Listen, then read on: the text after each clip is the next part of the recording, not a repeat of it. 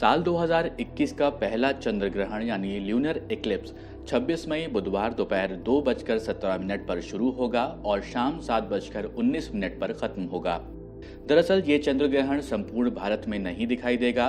खगोल शास्त्रियों के मुताबिक ये चंद्र ग्रहण पूर्वी एशिया, ऑस्ट्रेलिया, प्रशांत और अमेरिका में तो दिखाई देगा, लेकिन दिल्ली एनसीआर समेत समूचे उत्तर भारत में नहीं दिखाई देगा। आइए समझते हैं कि चंद्र ग्रहण कितने प्रकार के होते हैं, लेकिन सबसे पहले आसान भाषा में समझते हैं कि चंद्र ग्रहण कब लगता है। हम सभी जानते हैं कि चंद्रमा का अपना प्रकाश नहीं होता है, लेकिन फिर भी ये चमकता है क्योंकि इसकी सतह सूर्य की किरणों को प्रतिबिंबित करती है। जब सूर्य और चंद्रमा के बीच में पृथ्वी आ जाती है तो चंद्र ग्रहण लगता है।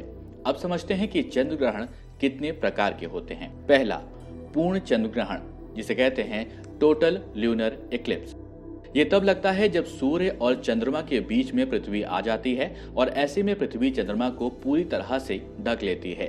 उस समय चंद्रमा पूरी तरह से लाल या ऑरेंज कलर का नजर आता है और इसी समय ही चंद्रमा पर धब्बे साफ देखे जा सकते हैं। इसे सुपर ब्लड मून भी कहा जाता है। दूसरा, आंशिक चंद्र ग्रहण यानी पार्शियल ल्यूनर इक्लिप्स। ये तब लगता है जब सूर्य और चंद्रमा के बीच पृथ्वी पूरी ना आकर उसकी छाया चंद्रमा के कुछ हिस्सों पर पड़ती है, यानी पृथ्वी की छाया सूर्य और चंद्रमा के कुछ खंड पर ही पड़ती है। तीसरा, खंड छायुक्त या उपछाया चंद्र ग्रहण, जिसे अंग्रेजी में कहते हैं पिनम्ब्रल ल्यूनर इक्लिप्स।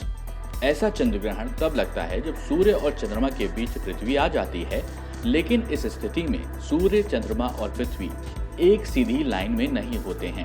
इस दौरान पृथ्वी के बाहरी हिस्से की छाया, जिसे उपछाया या पिनम्र कहा जाता है, चंद्रमा के बाकी हिस्से में पड़ती है, यानी चंद्रमा पृथ्वी की छाया से धुंधला नहीं होता है और एक प्रकार की उपछाया उपस्थिति हो जाती है। यह हमेशा आंशिक चंद्र ग्रहण से ही शुरू होता है।